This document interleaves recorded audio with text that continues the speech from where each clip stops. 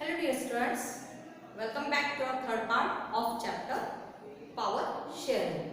In our second part, we have seen that what was the condition in Belgium and what was the condition in Sri Lanka.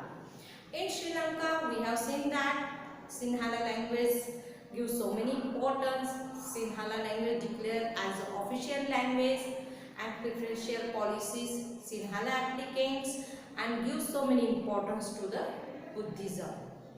So that Tamils demanded their self alone, means वो खुद का state चाहते थे, and so the tension created between the both the community Sinhalas and the Tamil, and the result was that conflicts converted into civil war, and for that civil war the economical condition of the Sri Lanka declined. Okay, we have seen all these things in our second part. Same thing we will see in Belgium के बारे में देखेंगे. Same thing कि Belgium में क्या हुआ था, what happened in Belgium. तो both the language Dutch speaking and the French speaking gives equal representation in the central government and gives power to the state government also, and the Belgium's capital Brussels, they are also given the same representation of the both the language Dutch speaking and French speaking, and there was the community governments. These all things we have seen in our second part. In our third part, we will learn why power sharing is desirable. Why is power sharing desirable, or why power sharing is important? Here are the two set of rules which is very important in power sharing. First is prudential reasons and second is moral reasons. What were the reasons of the power sharing? इस type का आपको question आ सकता है कि what was the reason of the power sharing. Here are two important reasons. First are prudential reasons and second are moral reasons. So let us see first prudential reasons. Why are power sharing is important? For it reduce the conflicts between the two community, just like Sri Lanka and Belgium. दोनों अलग-अलग उन्होंने अलग-अलग अपने rules अपनाए थे, और उसमें हमने देखा था कि बेल्जियम में ऐसा कोई भी सिविल वार नहीं हुआ था, क्योंकि उन्होंने जो भी अपना डिसीजन लिया था उन्होंने अपने कॉन्स्टिट्यूशन में अमेंडमेंट लिया था, और उसकी वजह से वहाँ पे शांति से पीसफुली सारा उन्होंने एक के कम्युनिटी का रिस्पेक्ट किया था, और रिस्पेक्ट की वजह से उन्होंने एक की फीलिंग जानी थी करके वहाँ पे क्या हुआ था, कॉन्फ्लिक्ट नहीं हुआ था. श्रीलंका के जैसा civil war did not happen in Belgium. The avoids conflicts. अगर हम पावर शेयर कर देते हैं प्रॉपर्ली तो उससे क्या होगा, कॉन्फ्लिक्ट आएंगे ही नहीं. क्यों? If anyone or one community or one government hold a power, that time that government felt that he is a very powerful, or that person feel that he or she is very powerful, and always majority government try to suppress the minority government. हमेशा क्या करती है, majority government try करती है दबाने की, power show करने की मेजोरिटी गवर्नमेंट माइनॉरिटी गवर्नमेंट को, और उसकी वजह से उसमें क्या होता है, कॉन्फ्लिक्ट क्रिएट होता है, and it is dangerous for the minority as well as also majority government. ये माइनॉरिटी गवर्नमेंट के लिए तो डेंजर है, बट ये क्या है, मेजोरिटी गवर्नमेंट के लिए भी डेंजर है कि tyranny of the majority is not just it not just oppressive for the minority community, it is also oppressive for the majority community. means कभी भी अगर टायरनी गवर्नमेंट है या मेजोरिटी टायरनी गवर्नमेंट है, यानी अत्याचारी करने वाली मेजोरिटी गवर्नमेंट है, वो अगर माइनॉरिटी पे अत्याचार करती है तो उसका इफेक्ट सिर्फ माइनॉरिटी पे भी नहीं होता, तो उसका इफेक्ट मेजोरिटी पे भी होता है. सो द इट्स प्रिडिक्शन में इट्स अवॉइड्स द कॉन्फ्लिक्ट्स. जैसे बेल्जियम में कोई भी कॉन्फ्लिक्ट्स नहीं हुआ था. Ensure political stability. We always see that the political party change any time. कोई भी समय में चेंज हो सकती है. क्यों हो जाती है? अगर if the opposition party shows their power, they want to show their power to minority community. That time minority community denied to their power and they start opposition. At that time ensure political stability. वहाँ पे stability नहीं आती है। अगर हमें political stability लाना है तो दैट टाइम प्रूडेंशियल रीजन और power sharing is very important. Okay, are you getting my point? आपको समझना है कि क्यों। देखिए, कोई भी चीज स्टेबल होती है तो उसके साथ हम जल्दी से एडजस्ट हो जाते हैं। जस्ट लाइक आवर टीचर, अगर आपको आपके टीचर पढ़ा रहे हैं, आप 6 से 7 से 8 से 9 से 10 से आप एक ही टीचर से पढ़ते हैं तो you are habitual of that teacher, वो टीचर से आप हैबिचुअल हो जाते हो। तो उसमें क्या होता है, आपको कहीं पे भी हेजिटेशन नहीं होता। अगर आपको बोला जाए कि नहीं आपके हाँ 6 महीने में टीचर बदल रहे हैं, हर महीने में टीचर, ये क्या हो गया, अनस्टेबिलिटी आ गई। तो that time it is difficult for you to understand that teacher's lecture. वो टीचर का लेक्चर सुनना आपके लिए क्या होगा, डिफिकल्ट हो जाएगा। Same thing happen in political parties. अगर हमने पार्टी का पावर शेयरिंग हमने प्रॉपर्ली कर दिया है तो इंश्योर पॉलिटिकल स्टेबिलिटी, डेफिनेटली वो पॉलिटिकल पार्टीज में क्या होगी, स्टेबिलिटी रहेगी। Majority can not rule over minority. Same thing मैंने अभी बताया है कि tyranny the majority shows their power to the minority, that time it is not dangerous for the minority, it is also danger for the majority। अगर ऐसा नहीं है कि मेजोरिटी कह रही है कि नहीं मेरे पास मेजोरिटी पावर है, मेजोरिटी में ज्यादा पावर है, ज्यादा लोग मेरे से जुड़े हैं, तो मैं माइनॉरिटी के लोगों को दबाने की कोशिश करूंगा, तो उस समय वो उसी के लिए डेंजर नहीं है, माइनॉरिटी के लिए तो मेजोरिटी के लिए भी डेंजर होता है। सो जो प्रूडेंशियल रीजन है इट इज वेरी इंपॉर्टेंट। विवेकपूर्ण, प्रूडेंशियल रीजन का मतलब होता है विवेकता से लिए गए रीजन। तो what are the prudential reason, ऐसा आपको अगर क्वेश्चन आता है that time you have to write that.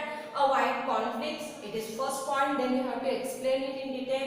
Second, ensure political stability, and third, majority cannot rule over minority, it is your third point. तो ये हमने फर्स्ट देखा कि prudential reason. Then come to the next moral reason.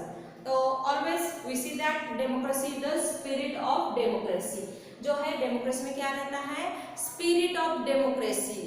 एक power sharing जो है democracy का spirit है, क्योंकि डेमोक्रेसी को लोग इसलिए पसंद करते हैं कि everyone have their own rights, everyone have there fundamental rights, everyone have their own power, उनके खुद के पावर होते हैं और इसीलिए कोई भी दूसरा उनके ऊपर पावर नहीं दिखा सकता। और इसके लिए जो ये है power sharing is a spirit of democracy. Democracy का क्या है, वो स्पिरिट है, स्पिरिट ऑफ डेमोक्रेसी। तो power sharing is a very spirit of democracy. और democratic rule involve sharing power. Democratic rule में क्या होता है, पावर शेयरिंग होता है, ये बहुत जरूरी होता है, तभी हम कहेंगे कि वो क्या है, डेमोक्रेटिक गवर्नमेंट है। इसके बाद हम देखने वाले हैं कि how did the power share among the different organs, यानी अलग अलग ऑर्गन्स में पावर किस टाइप से शेयर किए जाते हैं, ये भी हमारा नेक्स्ट टॉपिक होगा। तो उसमें फर्स्ट देख लिया हमने spirit of democracy. Then ensure legitimate government, हमें क्या होना चाहिए कि that government is a legitimate government, means legal government होनी चाहिए। वो गवर्नमेंट लीगल होगी तो वो कभी भी पार्शलिटी नहीं करेगी और तभी डेमोक्रेसी जो है वो स्मूथली रन करेगी। तो इस तरीके से in this way we have seen the first prudential reason and the second moral reason. The prudential reason is very important because it gives the better outcomes. Prudential reason क्यों important है? Why are the prudential reason important? Because it gives the better outcomes. ये क्या देता है हमें, better outcomes देता है। Why are the moral reason important? Because moral reason is emphasize the very set of rules. ये क्या करता है, power sharing is valuable. ये क्या बताता है कि power sharing क्या है, valuable क्या है, ये moral reason बताता है। और prudential reason में हमें क्या मिलते हैं, better outcomes मिलते हैं। क्यों better outcome, क्योंकि उसमें conflict नहीं होता है, पॉलिटिकल स्टेबिलिटी होती है और majority can not rule over the minority. So the prudential reason is very important. If the question will come for 3 marks, why are the power sharing is very desirable, इस type का definitely आपको आता है। That time you have to write both the point, you can make a diagram this chart, आप इस type का chart बना सकते हो and divided into 2 part, prudential reasons and moral reasons. Then prudential reason divided into 3 points. One is avoid conflict, second is ensure political stability, third is majority cannot rule over minority, and second is moral reason. In moral reason you have to divide into 2 points, spirit of democracy and ensure legitimate government. Okay, are you getting my point? If you have any doubt you can WhatsApp में, okay, आप मुझे WhatsApp कर सकते हो, आप मुझे call call करके भी पूछ सकते हो। तो इस तरीके से हमने देखा है why power sharing is desirable.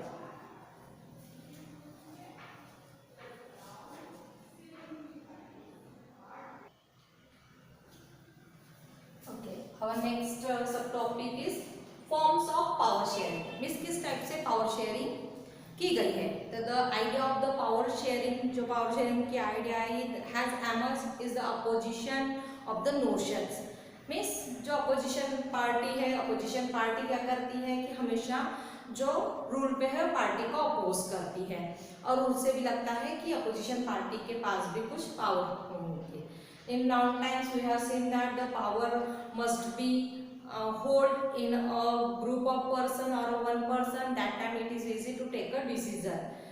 Decision लेना इजी हो जाता था, just like a monarchy system और कॉन्स्टिट्यूशन मोनार्क जो रहता था, वो जो हमने already we have seen in 9th class French revolution में हमने देखा था। 10th क्लास का भी आपका हिस्ट्री का जो चैप्टर है उसमें भी आपने देखा कि मोनार्की सिस्टम जो था, in that system only one person holding the power and that time it is easy for him to declare the any decision, कोई भी डिसीजन को डिक्लेयर करना।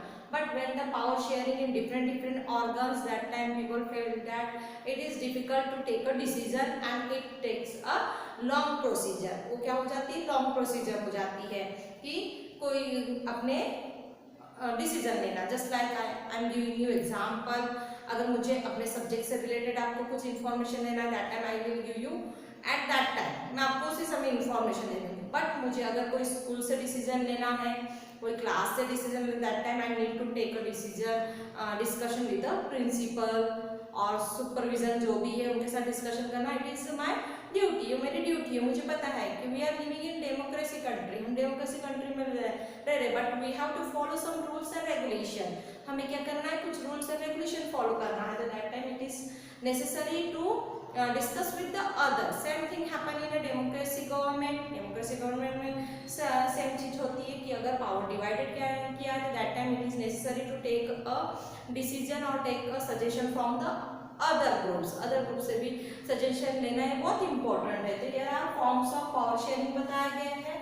सम horizontal form of power sharing, vertical forms of power sharing, social groups of power sharing and political parties and pressure groups.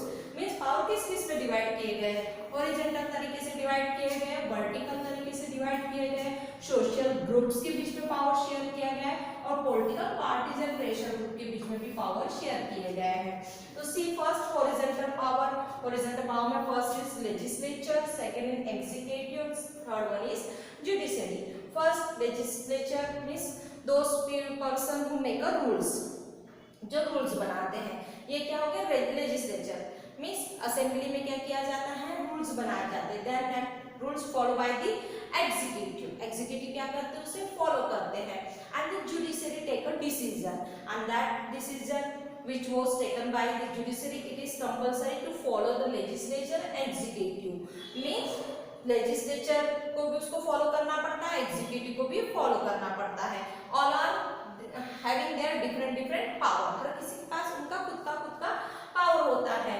But ये लोग क्या करते हैं, एक में के पावर को check and balance, check and balance system यहाँ पे होता है कि एक में के पावर को चेक करते हैं, उसको बैलेंस बनाकर रखते हैं, ताकि जो भी डिसीजन निकले वो डिसीजन अच्छा निकले और पब्लिक उसे एक्सेप्ट कर सके। तो legislature, executive, judiciary, it is a form of horizontal power. किसके फॉर्म है, हॉरिजॉन्टल पावर में आते हैं। Legislature make a laws, executive implementation of that laws, and judiciary take a decision of that laws, and all this जो procedure होती है तीनों की, ये जो प्रोसीजर होती है तीनों को फॉलो करनी होती है, और उनके जो पावर्स होते हैं तीनों को मानना होता है। मीन्स कोई भी इसमें no one has a supreme, कोई भी सुप्रीम नहीं है, हर किसी के पास अपने अपने पावर है, और वो एक के पावर को चेक भी करते हैं, उसे बैलेंस भी करते हैं। तो ये हॉरिजॉन्टल पावर। ओके, आपको क्लियर है हॉरिजॉन्टल पावर?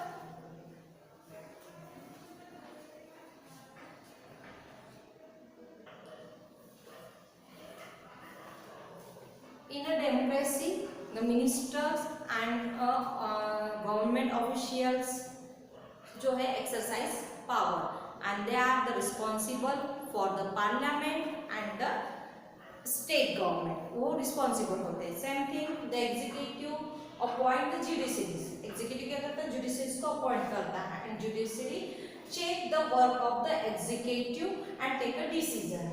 ये काम जुडिशरीज को होता है. One no means no one has a single power. किसी के पास भी सुप्रीम पावर किसी के पास भी नहीं है. सबके पास खुद के उनके काम से जो रिलेटेड है उतने ही पावर है. उसके बाद उन्हें एक से डिस्कशन करके ही डिसीजन लेना होता है. It is about the horizontal organs. Means ये organs है. The power divided into different organs. किस different organs में divide किया गया है? Legislature, executive, judiciary. And different level. The power sharing divided into different level. That time you have to write vertical power. Union government, state government, and local government. Union government, that government which is for the entire country, that is called union government. जो entire country के लिए होता है उसे क्या कहा जाता है? union government. And the state government, those government which is in a state level, provincial level, that regional level, that is called state government. आपको पता ही है. And the local government are those government which work in a local level, that is called local government. तो some countries में क्या है कि state government नहीं होती है. कुछ कंट्री ऐसी जिसमें स्टेट गवर्नमेंट नहीं है, जिसमें यूनियन गवर्नमेंट ही काम करती है. इस तरीके से जो है डिफरेंट लेवल में डिवाइड किया गया है पावर को. Union government, state government and local government. और union government is also called the federal government. जो यूनियन गवर्नमेंट है उसे क्या बुलाया जाता है? फेडरल गवर्नमेंट बुलाया जाता है. तो यही आपको याद रखना. पूरे सारे कंट्री के लिए जो गवर्नमेंट होती है that is called union government. State level पे Maharashtra state, Chhattisgarh state, Gujarat state, इसके लेवल पे जो वर्क करती government that is called state government. And local government just like gram panchayat, municipality, nagar parishad, ये जो है ये क्या होगी? लोकल लेवल पे काम करती है. Is called local government. तो इस तरीके से पावर यदि शेयर किया जाए तो क्या होगा कि जो प्राइम मिनिस्टर है या प्रेसिडेंट है वो पूरा तो देख नहीं सकते. वो न स्टेट में आ सकते हैं, लोकल लेवल पे अपना वर्क कर सकते हैं. इसलिए अगर प्रॉपरली हमें कंट्री को रन करना है तो इसके लिए हमें क्या करना होता है? इस तरीके से हमें डिवाइड करना होता है पावर को. अगर पावर को हमने डिवाइड कर दिया तो पूरे कंट्री की गवर्नमेंट कंट्री के बारे में देखेंगी, स्टेट की गवर्नमेंट स्टेट के बारे में देखेंगी, लोकल गवर्नमेंट लोकल लेवल पे देखेगी. और everyone have their own power. हर किसी के पास खुद के पावर होते हैं. वो एक में को प्रेशर नहीं डालते कि नहीं तुम्हें हमें यूनियन गवर्नमेंट नहीं कहती, स्टेट गवर्नमेंट को नहीं तुम्हें हमें फॉलो ही करना है. स्टेट गवर्नमेंट नहीं कहती है कि लोकल गवर्नमेंट को तुम्हें you have to follow me. हाँ, हालांकि इनका जो वर्क है वो एक में के सजेशन से चलता है, एक में के साथ वर्क करके चलता है. बट यहाँ पे कोई भी ऐसा नहीं कि दो दूसरे पे प्रेशर डालता है. और यही बेनिफिट मिलता है डेमोक्रेसी कंट्री का. इसलिए डेमोक्रेसी कंट्री में हमेशा जो रिजल्ट होते हैं बेटर आउटकम्स देते हैं. तो इस तरीके से हमने दो लेवल पे देखा है फॉर्म्स ऑफ पावर शेयरिंग का. कि first is horizontal forms and second is vertical forms. Horizontal forms को हम डिफरेंट ऑर्गन्स ऑफ गवर्नमेंट भी कहते हैं, वर्टिकल फॉर्म को डिफरेंट लेवल ऑफ गवर्नमेंट. तो हियर आर के टाइप्स लेजिस्लेचर, एग्जीक्यूटिव, जुडिशरी. यहाँ पे वर्टिकल फॉर्म में union, state and local. It is very important. ये बहुत इंपॉर्टेंट टॉपिक है कि horizontal form of power sharing, what is the horizontal form of power sharing, what is the vertical form of power sharing. Then next to social groups and political groups we will see in our next video. Okay? हम इसे next video में देखेंगे. Thank you very much.